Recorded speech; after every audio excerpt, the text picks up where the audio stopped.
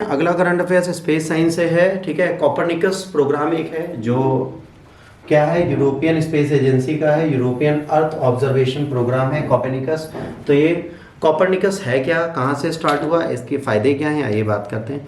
तीसरे Copernicus सैनिटल 1C उपग्रह को फ्रेंच गुयाना यूरोप से लॉन्च किया गया। कहाँ से लॉन्च किया गया? फ्रेंच गुयाना से। रॉकेट का नाम है रखना वेगा सी रॉकेट है। ठीक है, कौन सा है? सेंटिनल 1C सैटेलाइट लॉन्च किया गया और ये कॉपरनिकस का तीसरा रॉकेट है। मतलब अभी तक 2 सैटेलाइट जा चुके हैं, थर्ड सैटेलाइट है जिसे कल रात को लॉन्च किया गया। अब ये कहाँ से जाएगा? अर्थ ऑब्जर्वेशन कंपोनेंट है जो अर्थ को ऑब्जर्व करेगा। ये उपग्रह पृथ्वी अवलोकन और इन सीटू, ठीक है, को ध्यान देगा। मतलब इन सेटू मतलब होता है नॉन स्पेस डेटा को देखेगा। इसमें एक जटिल समूह है पृथ्वी का अवलोकन उपग्रह, जमीनी स्टेशनों से कनेक्ट रखना, हवाई जहाज़ और समुद्री सेंसरों से डेटा एकत्र करना। तो ये सारे काम करते हुए आपको उपग्रह दिखेगा। इसको गूगल पे डालेंगे, बहुत अच्छी इमेजेस इसकी बनी हुई हैं।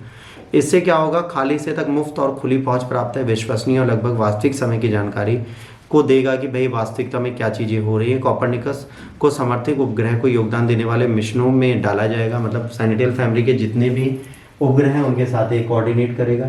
स्पेशली डिज़ाइन किए गए हैं कि जो कॉपरनिकस इंफॉर्मेशन सर्विस और उनके यूज़र हैं उनको राइट टाइम पे रियल टाइम डेटा प्रोवाइड करें। जो कॉपरनिकस इंफॉर्मेशन सर्वर को यूज़ करेंगे, सर्विस यूज़ करेंगे, उनको ये डेटा रियल टाइम डेटा देंगे कि अटलांटिक ओशन में कितने जहाज है, क्या है। 2014 में सैनिटल 1A के प्रक्षेपण के बाद 2030 से पहले लगभग 20 उपग्रहों को इनको स्थापित करना है। पहले स्टार्ट कब हुआ? 2014 में, और 2030 तक इनको 20 उपग्रह डालने हैं। कॉपरनिकस सेवाएं 6 विषयगत क्षेत्रों को संबोधित करती हैं: वायुमंडल, समुद्री, भूमि, जलवायु, आपातकालीन और सुरक्षा। तो ये सारे डेटा आपको प्रोवाइड कराएगी। कॉपरनिकस यूरोपीय आयोग द्वारा यूरोपीय अंतरिक्ष एजेंसी और अन्य यूरोपियन एजेंसी के सहयोग से वित्त पोषित, समन्वित और प्रतिबंधित किया जा सकता है। ठीक है, इसको कौन फाइनेंस करेगा? यूरोपियन कमीशन के द्वारा किया जाएगा और उन्हीं के द्वारा ये चलता हुआ दिखेगा। अब की फैक्ट्स क्या है ना, सेंटिनल 1C के ये क्या करता है? ये पृथ्वी के बदलते वातावरण पर नज़र रखता है और रडार से उसकी छवियां बनाता है। ये देखता है साइंटिफिक रिसर्च और न्यू कैपेबिलिटीज़ की मैरीटाइम ट्रैफिक को चेक करे कि कौन सा जहाज समुद्र में किस जगह पर है और उसको किस तरीके से इन्हें रेगुलेट करते हुए दिखना है। अब पृथ्वी अवलोकन उपग्रह क्या होता है? अर्थ ऑब्जर्वेशन सैटेलाइट क्या होते हैं?